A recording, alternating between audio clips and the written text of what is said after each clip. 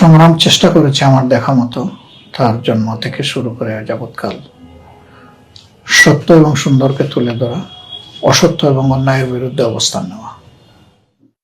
যেটা সংবাদপত্রের ভাষায় বলা হয় তাকে কালোকে কালো বলা, সাদাকে সাদা বলা। যে সংগ্রামের পথ ছিল আমাদের দেখা অনুযায়ী খুব মসৃণ ছিল না।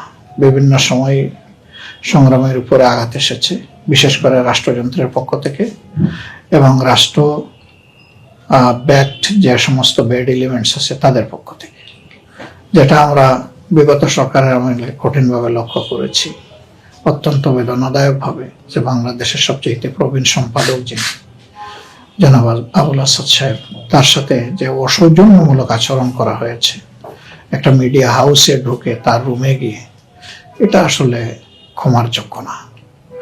তো যারা এই কাজ করেছে ইতিমধ্যে তারা তাদের কিছু প্রাপ্তি পেয়ে গেছে, বাকিটা কি হবে আল্লাহ ভালো জানেন। কিন্তু সংগ্রাম তার অবস্থান থেকে এক চুল পরিমাণ নড়ে নাই। ওই দিন তারা চেয়েছিল গায়ের জোরে সংগ্রামকে বন্ধ করে দিতে, কিন্তু না পারে নাই। সংগ্রাম তার অবস্থানে সুদৃঢ় আছে এবং জাতিকে তার জায়গা থেকে সর্বোচ্চটা দিয়ে যাচ্ছে। সংগ্রামের কাছে আমাদের প্রত্যাশা থাকবে যে পাঠক প্রিয়তার দিকে মন তো দিবেনই, তার চাইতে বেশি সত্য নির্ভর হয়ে চলার অবিচল শপথ নিয়ে সংগ্রামকে টিকে থাকতে হবে। কিন্তু আমরা আশা করি যে সংগ্রাম থেকে কোনো নিউজ যদি কেউ পায়, কোনো তথ্য যদি পায়, সেটা সত্য নির্ভর হবে। সংগ্রাম এবং সংগ্রাম সংশ্লিষ্ট যারা আছেন, সংগ্রাম পরিবারের সবাইকে আমরা এই বার্ষিকীতে অভিনন্দন জানাচ্ছি এবং সংগ্রামের পাঠকদেরকে আমরা অভিনন্দন জানাচ্ছি।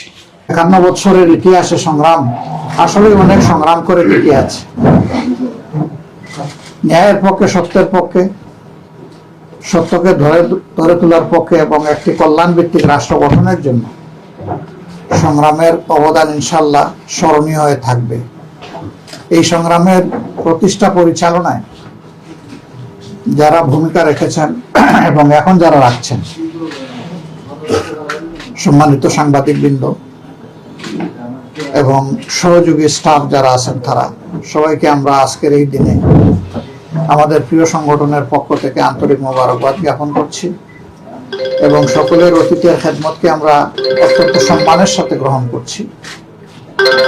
আমরা দোয়া করি ন্যায়ের পক্ষে সংগ্রামের এই সংগ্রাম অব্যাহত থাকবে ইনশাআল্লাহ।